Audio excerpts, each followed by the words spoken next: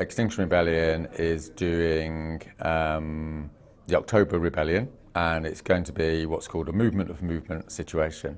And I'm going to go through some reasons why this is a good idea, because it's a little bit confusing, a little bit complicated. It hasn't been done before, and usually, it's a movement does a demonstration, it's like great, and then another movement does a demonstration, great. But when things really get going, movements join together.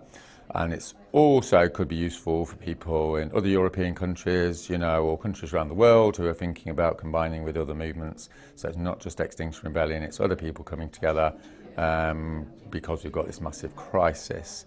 Okay, so I'm going to start off with the climate crisis, because whenever you start talking about anything, unless you've got that at the forefront of your mind, it often doesn't make sense. So just two small things just to sort of get us into that space.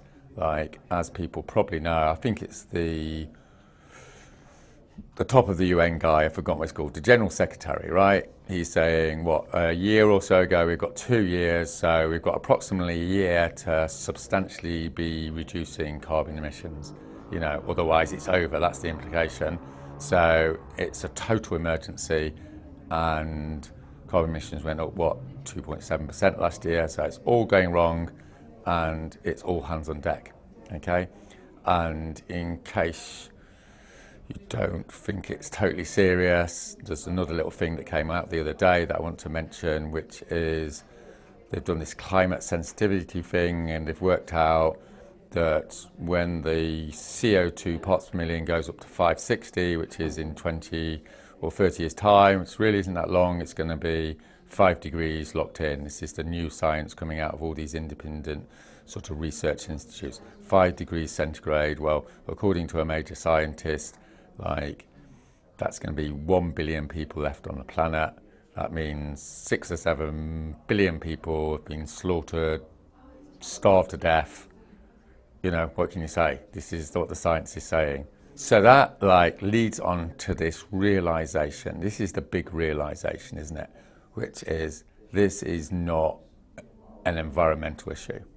I hate it when people say it's the environment, it's a little thing over there in a box that is being dealt with, or not, as the case may be.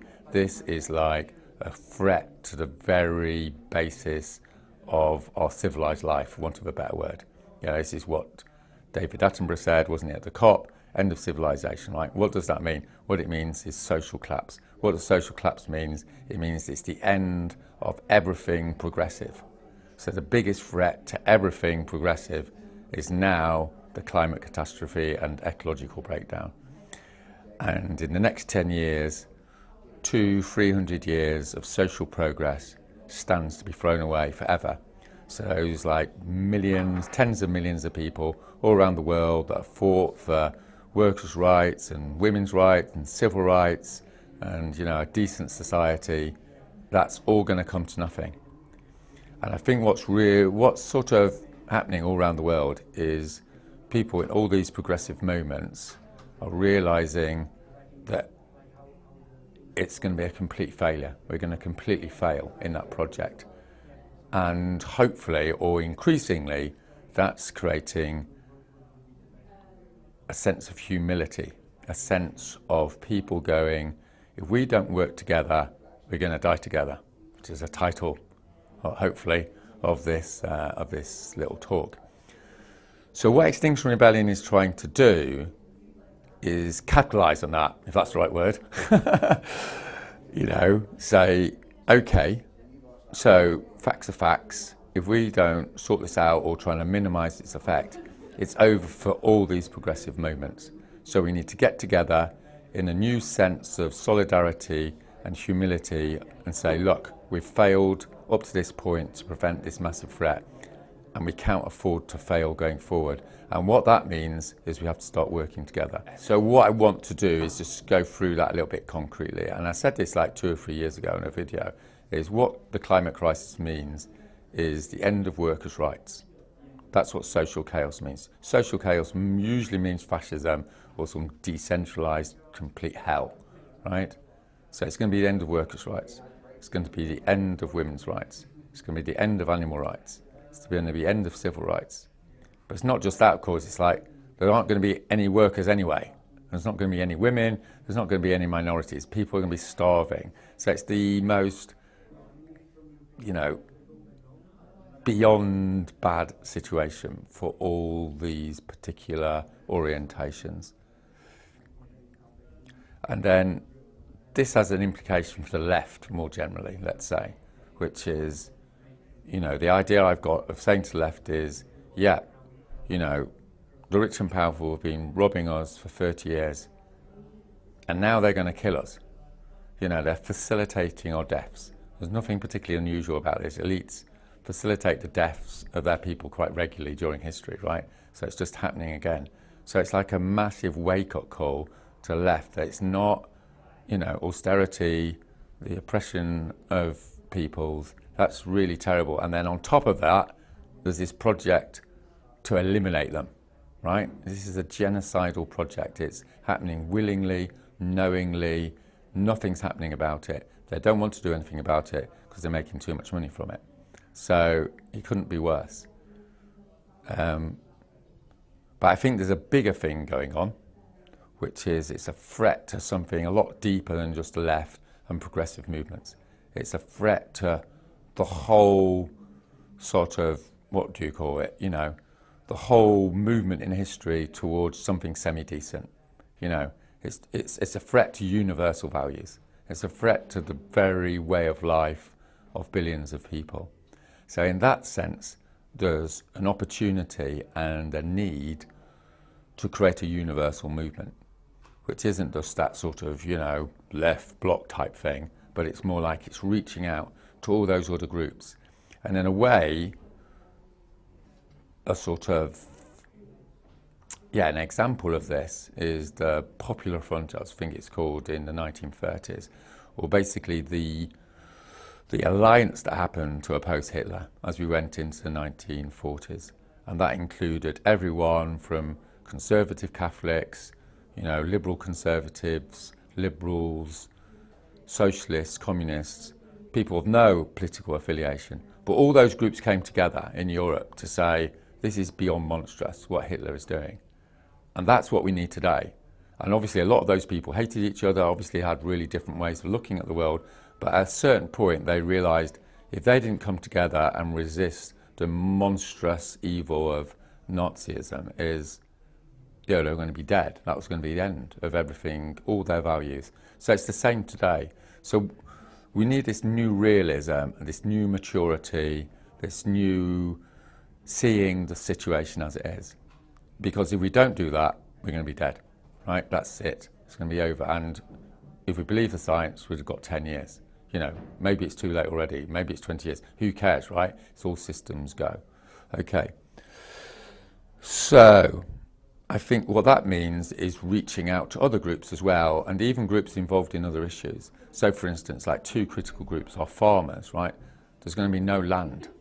You're not going to be able to grow on the land. So you need to reach out to a conservative, traditionally conservative group like farmers, because they're shitting themselves too. I mean, I'm a farmer. I know farmers are shitting themselves. I mean, again, you don't need to genius, you just look at the science, right? You're not going to be able to grow food or keep animals beyond 10 years. And then, small business people. Again, I run small businesses. It's the same sort of thing. If you're a small business person, who's going to be the first people, to go bankrupt? Well, no one's going to be rescuing small businesses. When you have extreme weather events and you count all the logistics collapses, then that's the end of your business, right?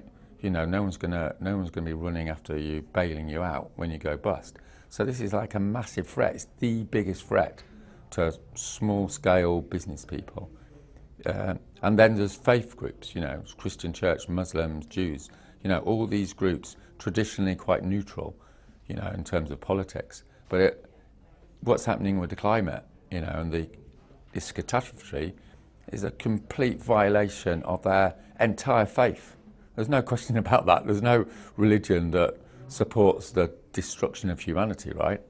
And it's the same, of course, with Hitler, brought all the churches together and what have you. So it's the same thing. So we need to be reaching out to all these different cultural groups as well. So Extinction Rebellion's sort of idea of movement of movements. It's not just, hey, the usual suspects, let's do a march, No, no, no. It's got to be bigger than that. It's got to be like reaching out to all these people who, you're not quite sure about them, but, the days are over when you can be snotty about it. It's like you've got to go to the churches, you've got to go to small business organisations, you've got to go to farmers groups and say, hey, here's this universal message. It's all over for all of us unless we actually get our act together. So, and I think the last thing is there's an overall theme here, right? I mean, there may be some groups that aren't actually particularly concerned primarily with the climate catastrophe, right? There might be some groups who are concerned more with the whole austerity situation, like knife crime groups or, community groups that have been neglected in the inner city and what have you. But they need to be welcome too, because there's a bigger narrative here. And this narrative is the governing class, the political classes, are not listening. They haven't been listening to most of the population for several decades because, as we all know, they're in the grip of this neoliberal, corporate, manic sort of make loads of money for the 1% situation. So, in a way, there's that coming together of these two big narratives, which is the rich and powerful have been robbing us all for 30 years. That's what 80% of the population agrees with. And secondly, now they're going to facilitate our deaths. So we need to bring together the groups who have been working for, decades on trying to fight this neglect and exploitation, and the newer groups who are coming in for the climate crisis, as you might say. And again, bringing those together. It's tricky, it's difficult, but in a way, this is the message. Because at the end of the day, the climate crisis is primarily a crisis of democracy. It's a crisis of government. It's like, we want to live a decent life, we don't want to die, and what's happening? The governing class is saying no. So that's no good, right? What more can you say? All right, so that all sounds great, doesn't it? It's like, yeah, sort of, that's good. And obviously going to be a little bit difficult and we can all go away and agree. But that's not what Extinction Rebellion does, right? Extinction Rebellion is about rebelling in actuality. So we've got to have a practical plan here. So what we're working on is bringing together a lot of groups, movements, networks, whatever you want to call it, in the autumn, in October. And practically what this means is a number of different sort of mobilisations. So the sort of classical idea here is all the movements come together and they occupy different parts of the city. This is the civil resistance model. Erica Chenoweth, Why Civil Resistance Works, if you want to read the book, she talks about this. At the end stage of a regime, everyone starts coming together because they're just fed up beyond, the imagination of what's going on. So that's one thing that can happen. For instance, we've got animal rights people coming. They may take a roundabout or two, and as people may know from April, we're taking different parts of the city. People are going to go there, they're going to sit in the road, they're going to put their tents up, they're going to have a stage, they're going to have boats, they're going to have, music, you name it, all the cultural things. So the idea is, there's going to be different sites which are to do with different areas like faith groups or the environment or whatever. So that's one way of looking at it.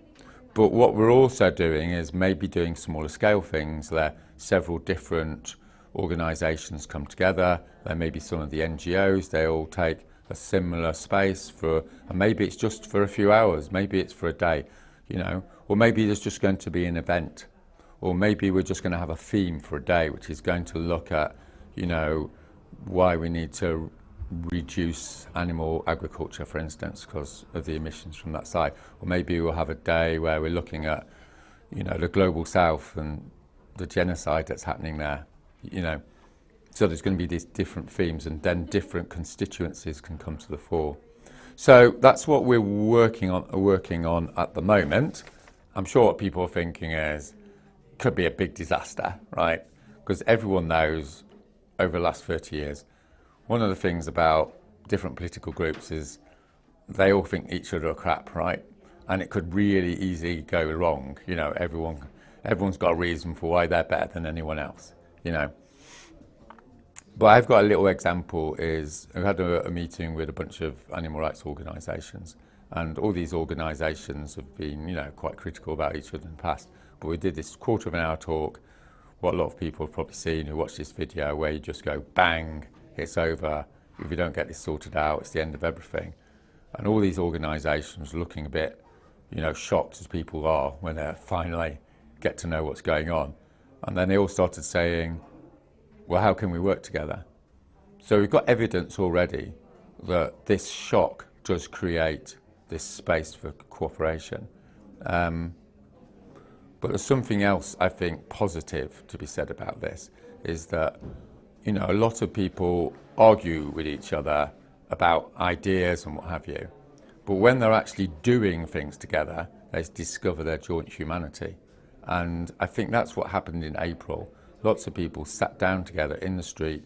They found solidarity and community. And afterwards, a lot of people were going, that was the best 2 weeks of my life.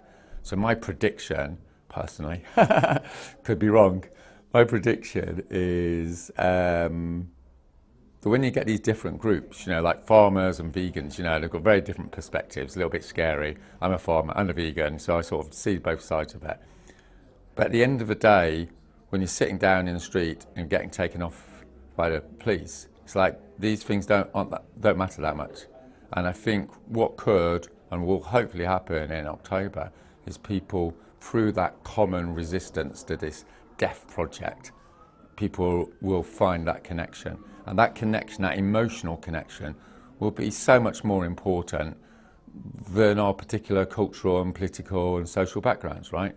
And this is the great hope, I think, over the next few years, is people have a choice, to slaughter each other out of self-righteousness, that group's responsible for it, or we're trying to protect ourselves from that group. We could go that way, or in humility, we'll actually come together and realise, we've totally failed in the past, and now we're coming together to actually make the best of what we can do.